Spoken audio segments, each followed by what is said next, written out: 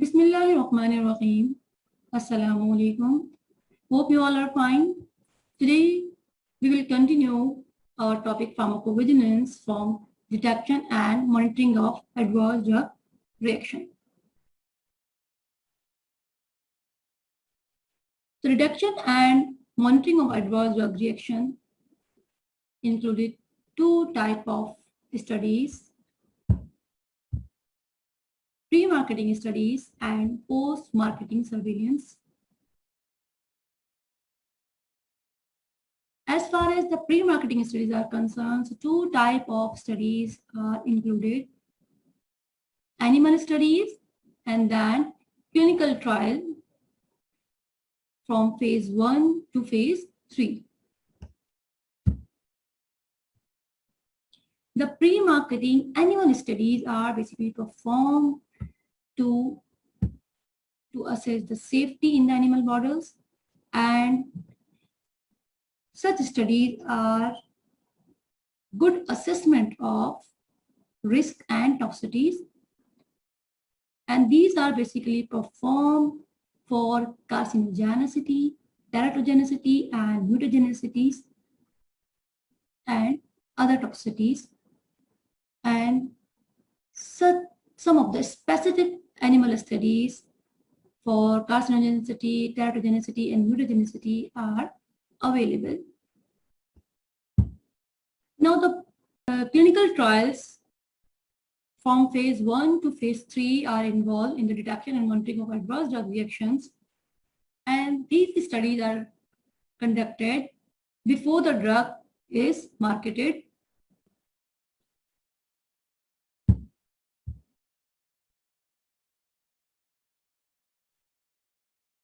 But not more than 4,000 individuals are normally being exposed to the new drugs, and that may be the reason that the clinical trials or the clinical studies in such phases from phase 1 to phase 3 identifies only the adverse drug reactions of frequencies greater than 0.5 to 1%. It means that the adverse drug reactions of frequencies less than 0.5% cannot be identified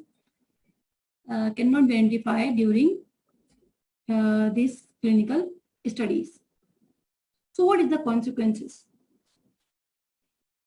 At the time of general marketing of new medicines, only the most common and dose-related, means type A adverse drug reaction, will be known. Now, the post-marketing surveillance, as far as the animal studies and clinical studies from phase 1 to phase 3 are not sufficient for the identification of all the drug-related risk. So there must be system to be put in place for the detection of risk information from the healthcare system.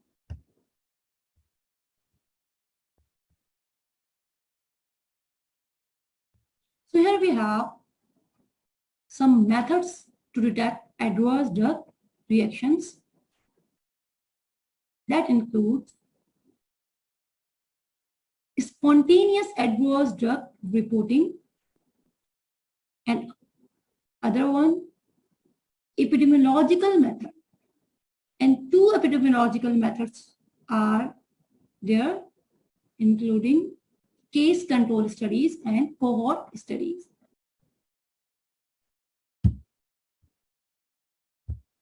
So let us see what is spontaneous adverse drug reactions reporting system.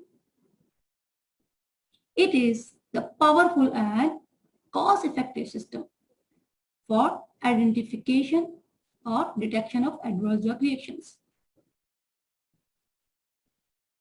And such detection may be directly to regulatory authority or to the company. And in such case, every healthcare practitioner should see it as a part of their his professional duty to detect or to report adverse drug reaction and any drug-related risk.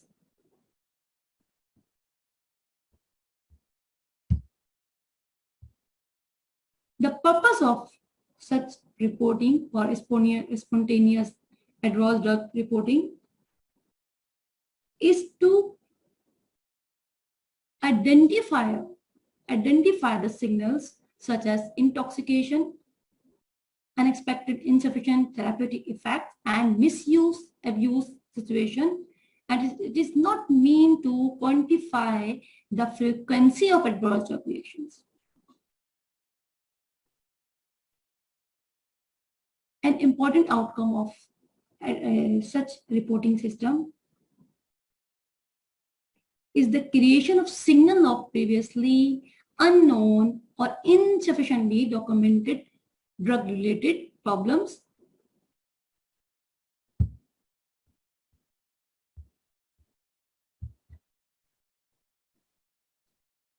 Now, what is the epidemiological methods? Actually, to verify the hypothesis of a causal link between drug exposure and adverse outcome, it may be necessary, it is important to employ epidemiological techniques.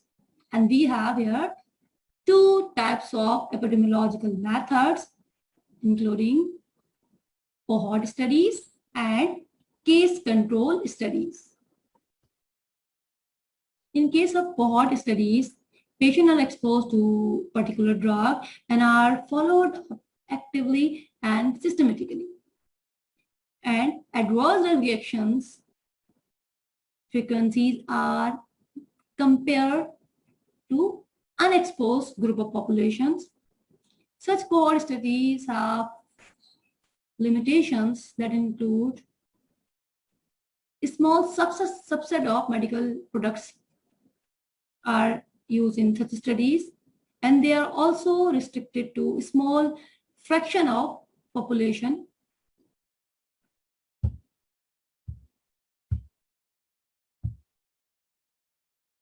In case of case control studies, case are supposed here disease 1 or disease group or disease having group, and the control words are disease free group. This type of study involves studying the patient being affected by an adverse drug reaction and linking it with drug use prior to the reaction. Each case is matched with several disease-free control patients, randomly recruited from the study base. Both cases and control are investigated their exposure to possible causative agents prior to occurrence of the event. And then the odds ratio calculated on the basis of such exposure data. Before going to this calculation, we should know what is odds. It is the probability of event to probability of non-event. So now, what is odds ratio and how it is calculated? Basically, in case control studies, data are not available to calculate the incident rate of the disease being studied, and the actual relative risk thus cannot be determined. So the odds ratio is applicable here. The measure of association between exposure and occurrence of disease in case control studies thus called odds ratio. And this odds ratio represents the outcome that will occur given a particular exposure compared to the odds of outcome without exposure. Means that it is the ratio of odds of exposure in disease subject to the odds of exposure in non-disease subjects. It can be better understood by representing this in a table. Here, exposure means, or exposure of any drug to disease group means cases, and to non-disease group means controls. So here the odds of exposure can be represented like that. Here events is basically the exposure of drug to disease and non-disease group. So the odds of exposure in disease group and the odds of exposure in non-disease group can represent here. So the odds of exposure here can be represented by such equation, means that the odds of exposure of disease group to the odds of exposure of any particular drug to non-disease group or control. Thus, we can determine odds ratio.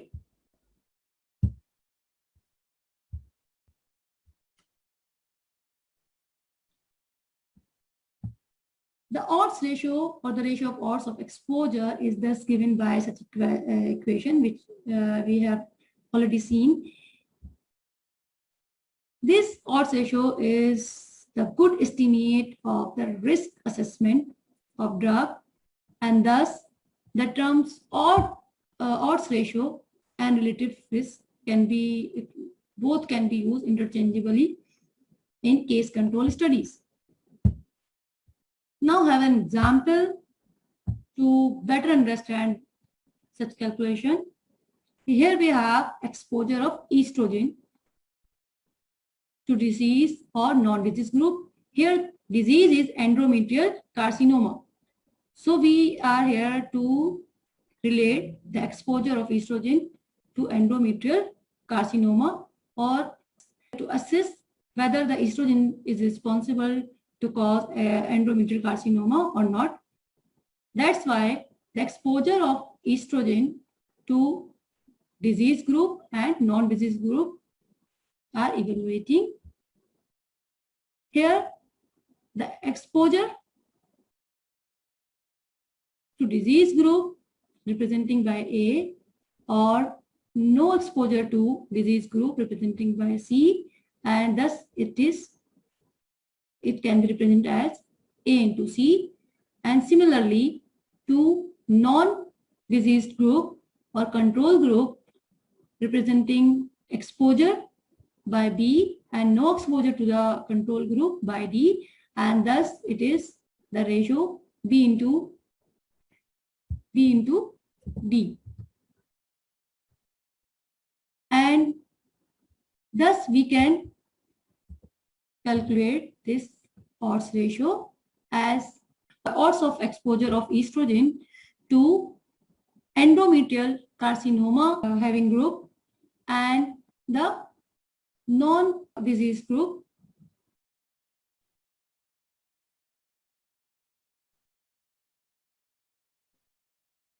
And after calculating this odds ratio, we have the odds ratio 4.42, and this means that the individuals with endometrial carcinoma are 4.42 times more likely to be exposed to estrogen than without carcinoma having group.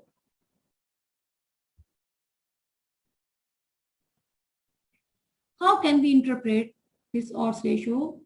The odd ratio of greater than 1 indicates that the exposure is associated with the increased risk of developing disease, whereas if the odd ratio is less than 1, it indicates the exposure is associated with reduced risk of developing outcome, means protection. Closer the value of odd ratio to 0, representing greater protection, and it will be rarely equal to 1 in absence of any true risk or protection.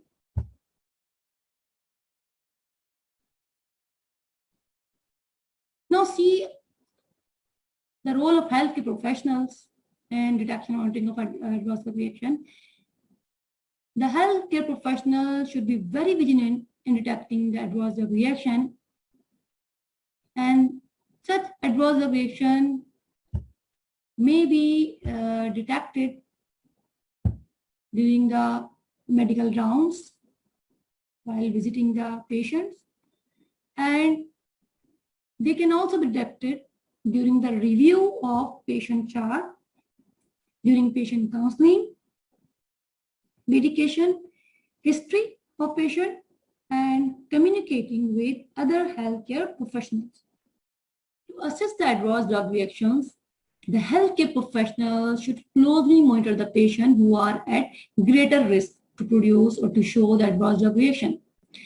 Such kinds of patients include the patient with renal or hepatic impairment and the patient who are taking such drugs which are itself have potential to produce adverse drug reactions such as nanotherapeutic drugs or anti-cancer drugs, and the patient who have had previous allergic reactions or who are allergic to particular drugs, and the patient who are taking multiple drugs simultaneously. So due to interaction of such drugs or mechanism of interaction of such drug can show adverse drug reaction. And the pregnant and breastfeeding women's the patient who are pregnant or breastfeeding, they are also susceptible to show adverse drug reaction.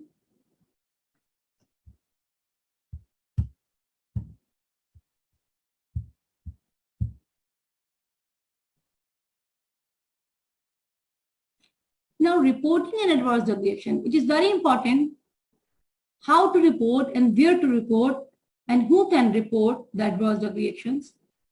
So all the healthcare professionals, including clinicians, dentists, pharmacists, nurses, and also the non-healthcare professionals, including the consumers, the patient, can report any suspected adverse drug reactions.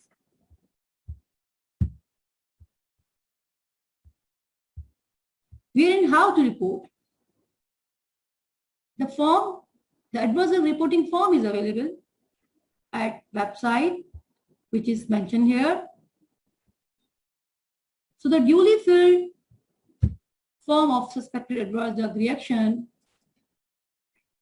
can be sent to adverse drug reaction monitoring centers, which can be sent down to Pakistan National Pharmacovigilance Center under the Drug Regulatory Authority of Pakistan.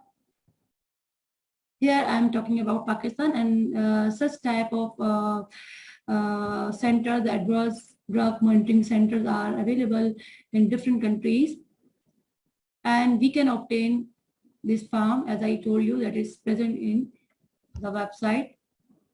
So healthcare professional, non-healthcare professional, both can report any adverse drug reaction to adverse drug reaction monitoring center.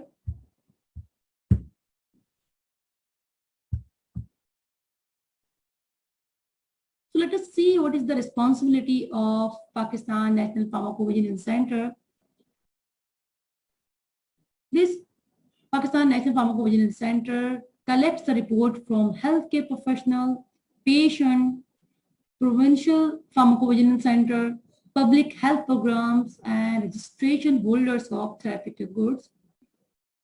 In addition, this Pakistan National Pharmacovigilance Center is also responsible to communicate with national and global stakeholders or relative stakeholders.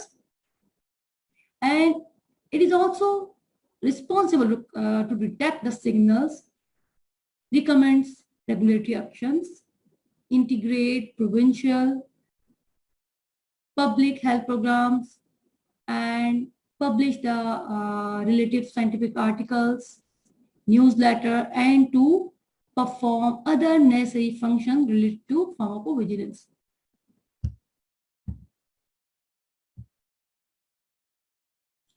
Now, very important to assess the causality.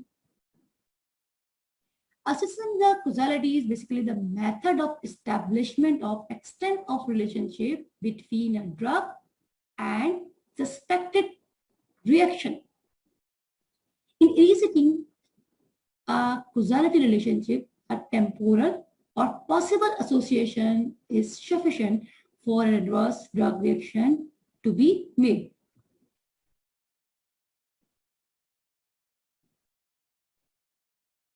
And the assessment of causality relationship is often highly subjective, based upon an individual clinician assessment. Why? Because one clinician's possible may be another clinician's unlikely.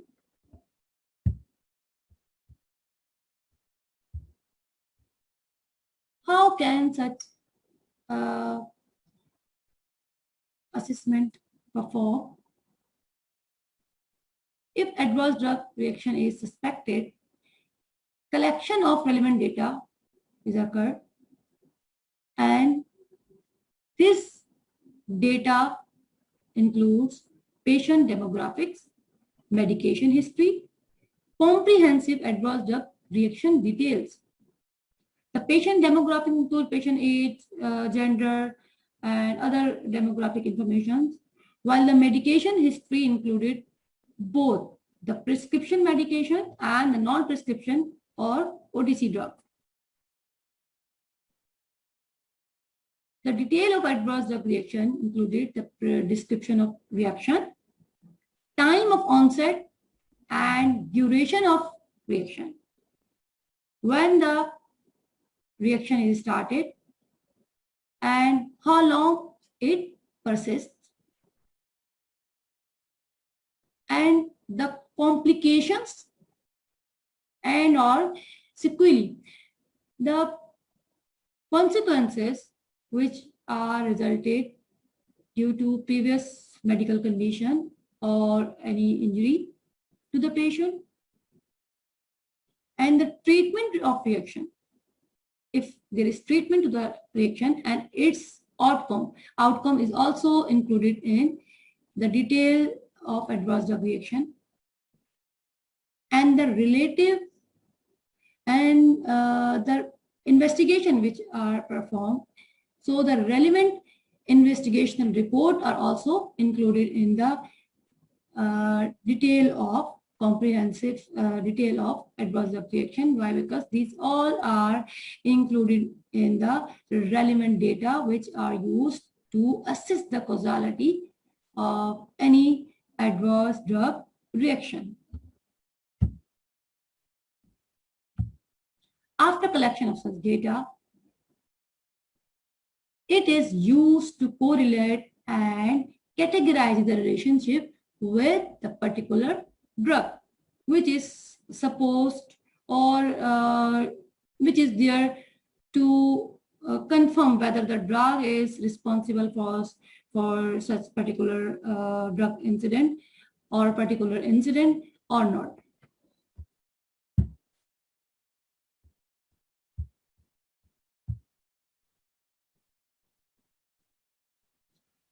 In assessing the causality, different approaches are there, and any of the following approaches may be appropriate.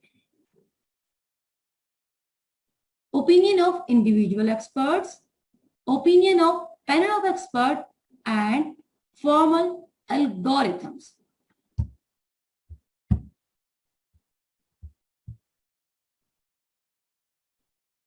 In case of opinion of individual experts, the evaluation of a case by an individual who is an expert in the area of adverse drug reaction is to evaluate the case. And the critical evaluation of the data obtained to assess whether the drug is the causative agent for a particular reaction. Similar procedure is adopted in case of opinion of panel of experts to arrive at a collective opinion.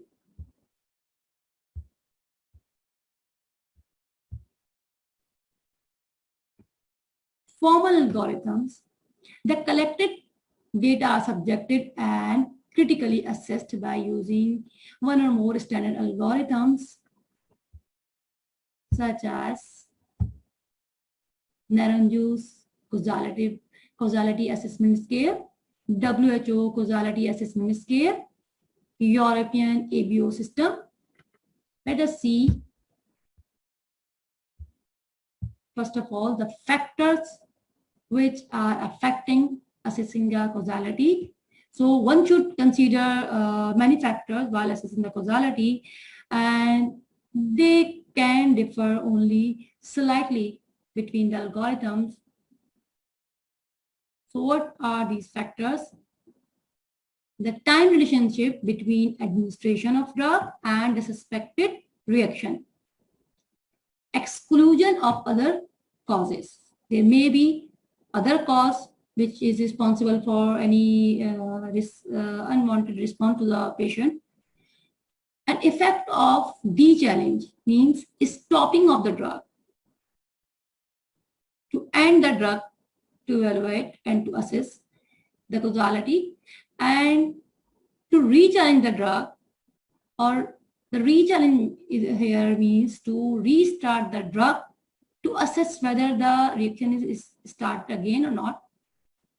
And also the serum concentration of the drug is also affecting or influences the causality assessment.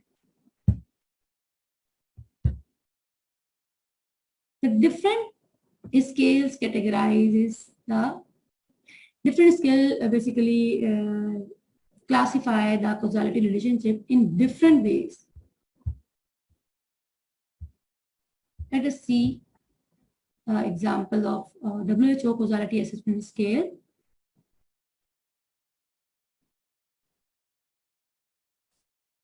The WHO causality assessment scale categorizes the causality relationship into certain, probable, possible, unaccessible or unclassifiable, conditional or unclassified, and unlikely. Now see the criteria for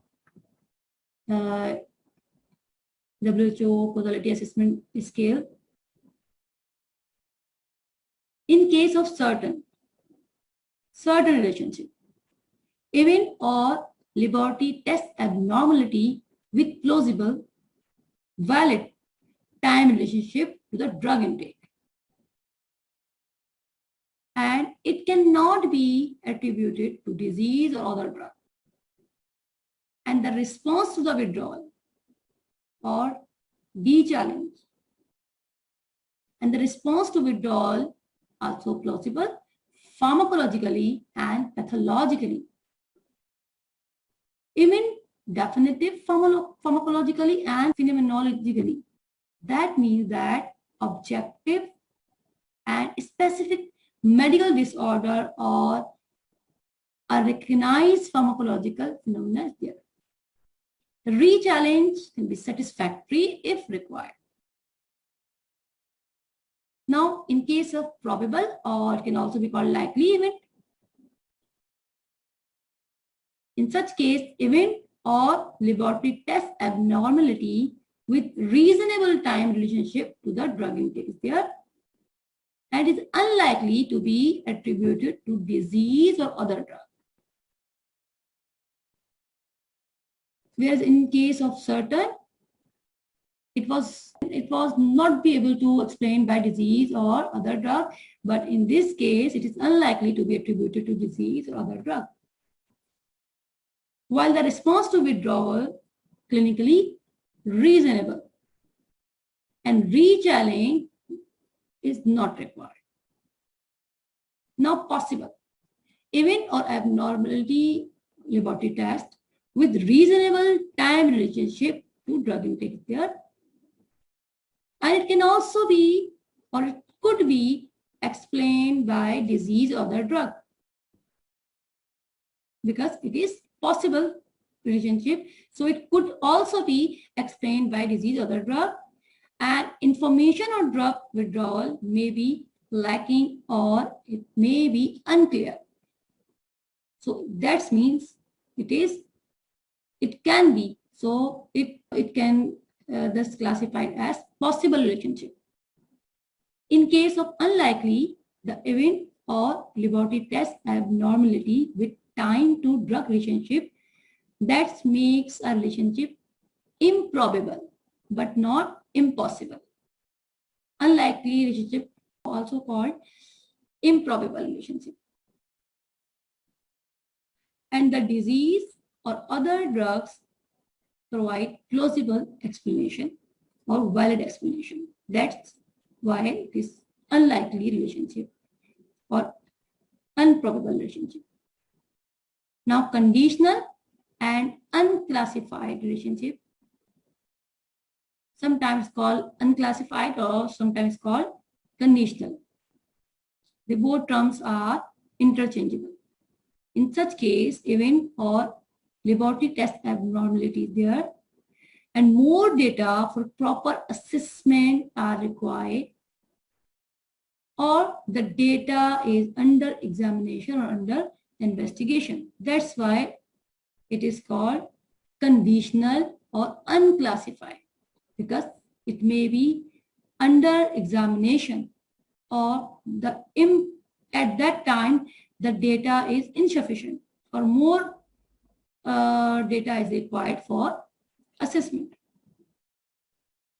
Now, the unclassifiable relationship, report suggesting an adverse drug reaction but cannot be judged because of insufficient or contradictory information,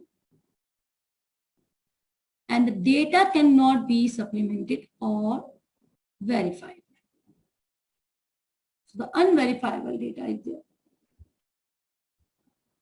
Another scale of causality assessment, Landus causality assessment scale, and according to this scale, the reaction can either be definite, probable, possible, or unlikely.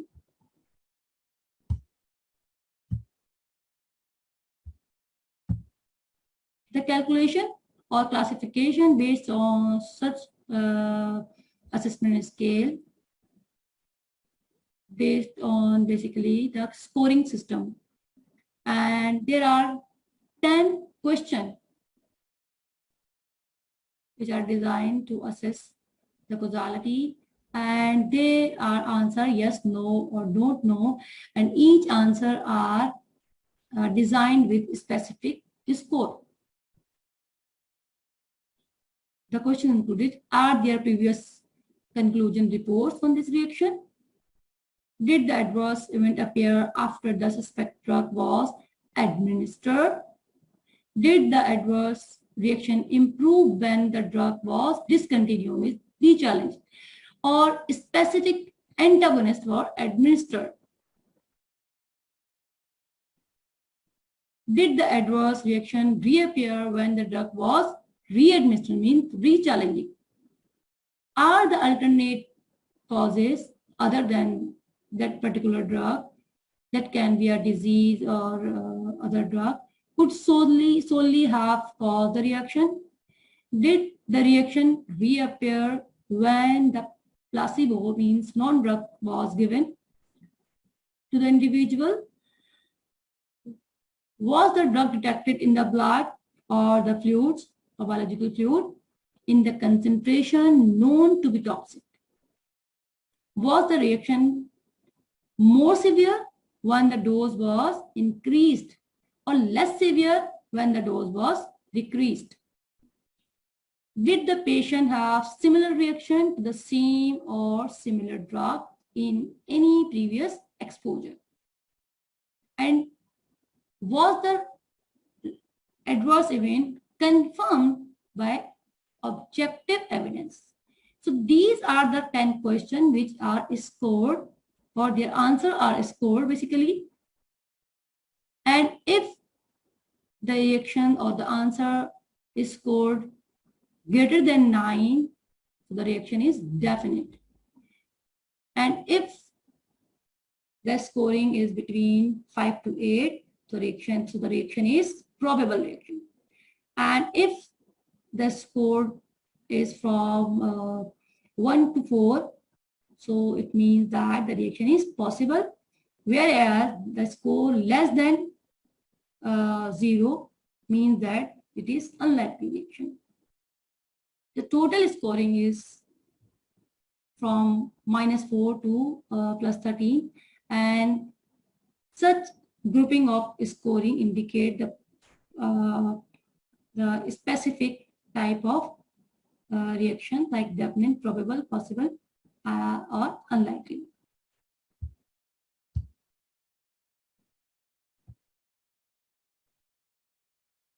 The assessment and establishment of causality relationship between the suspected drug and reaction has certain application. Where they are applied, their application include patient management, signal generation, drug regulation, and in scientific publications, they have very great role, and the relevant data exchange.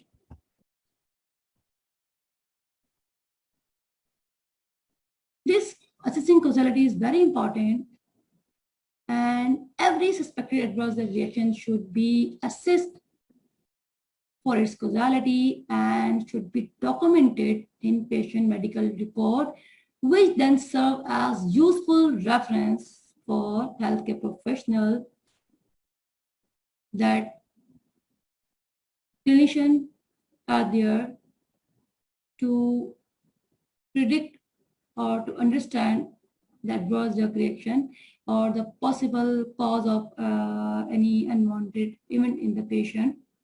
That's why this serve as this medical record, which is reported, where any adverse drug reaction is reported, and it is then serve as a useful reference for alerting the clinicians to the possibility of the particular drug that maybe the drug is causing any suspected reaction.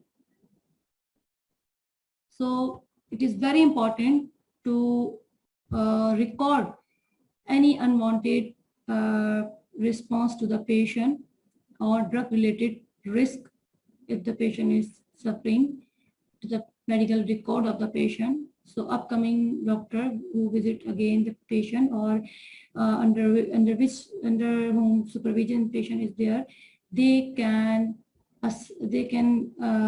take as a reference, or they can monitor the patient and save the patient from harmful effect of particular drug, and for other patient too, this record will be helpful.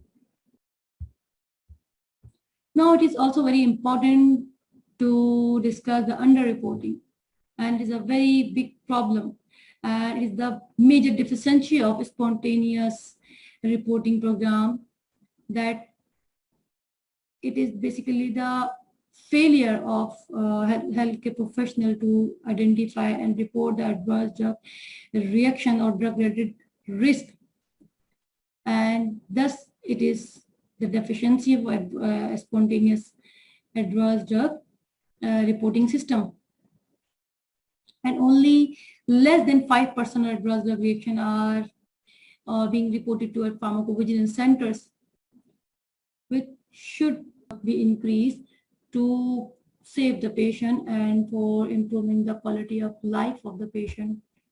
There are certain factors which are influencing underreporting, and the underreporting basically varies with the number of factors. Actually,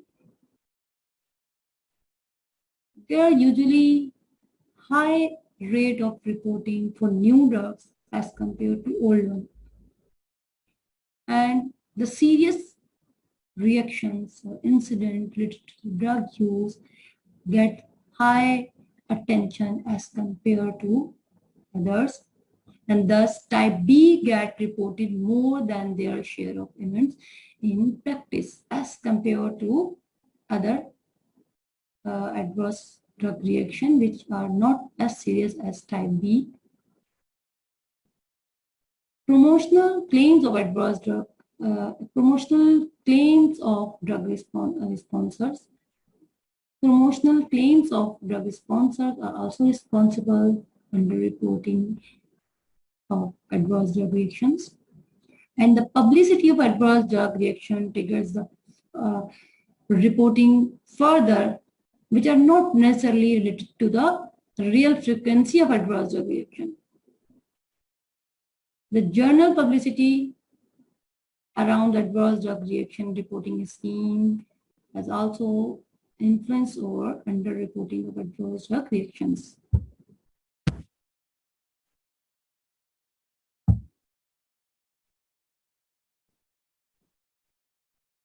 It is a common question that why do physicians not report adverse drug reaction or adverse drug reactions? The reason may be the lack of time, lack of knowledge that where and how to report, and drug reaction association may be uncertain, and the reaction is supposed to be well known, and also the fear of litigation or legal issues, and the common belief all medicine are safe, or that all can be the reason that's why the physician not report the adverse drug reaction, or there is even still the deficiency in reporting adverse drug reaction. Now, what strategy should be adopted to improve the reporting of adverse drug reaction? First of all, it should make easier the process to report an adverse drug reaction. The procedure should be easier. And the feedback program to the clinician should be provided via journal articles or newsletters. There should be participation in pre- and postgraduate educational and scientific meetings, and the collaboration with drugs and therapeutic committee, and the collaboration should not be limited only to physicians, but also to pharmacists, dentists, nurses, and patients. So there should be professional association with all healthcare professionals and also with patients. Communicating adverse drug reaction. What can be done to improve the communication of adverse drug reaction? Basically, most of the adverse drug reaction information is database and not readily communicated to the doctors. Doctors inform via basic trainings, continuous education programs, especially designated drug information centers, which are normally present in hospitals, and community-based also, community-based drug information centers are also there. And they are also informed via in packaging insert, and patient also informed via counseling. Mass media campaigns such as radio, internet, newspapers, and such mass media campaigns are very important in especially the countries where there is high rate of self-medication.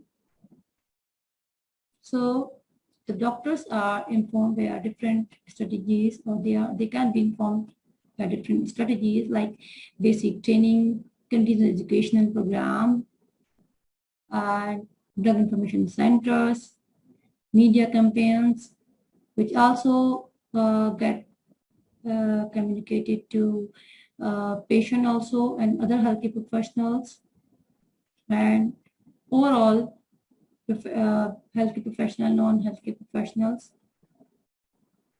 The media campaigns is basically important in the countries where there is high rate of self-medication. So due to such awareness, the self-medication or correct or rational use of medication can be improved.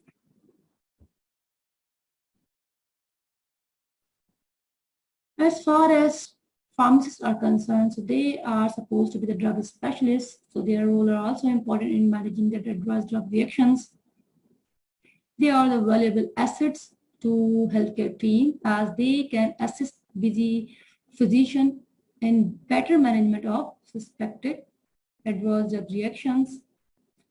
They are responsible to monitor the high-risk patient to adverse drug reactions like renally compromised patient or hepatically the liver compromised patient.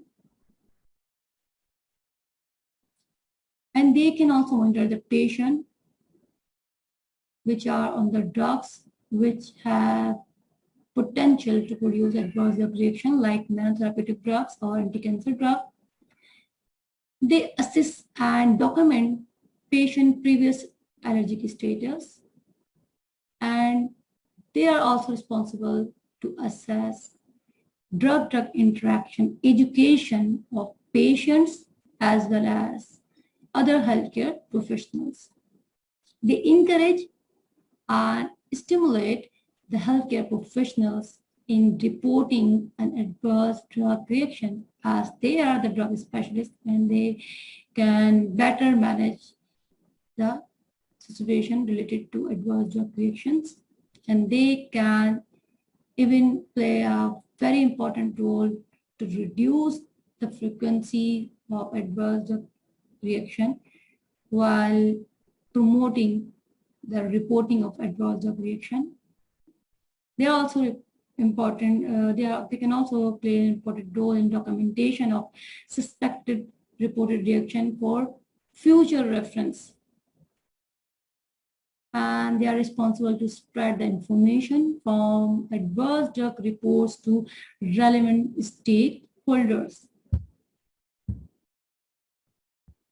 They are also responsible to spread the information from adverse drug reaction reports to relevant stakeholders. The pharmacists are also involved in the preparation and utilization of promotional materials and in the communication with other healthcare professionals like nurses and community pharmacists. They are also responsible to present the reports in meetings and conferences related to drugs or drug-related risk. And they are also responsible to spread the signal generated through publication of reports in bulletins and scientific journals. So it is all about our last lecture of topic pharmacovigilance. Thank you so much. Allah Hafiz.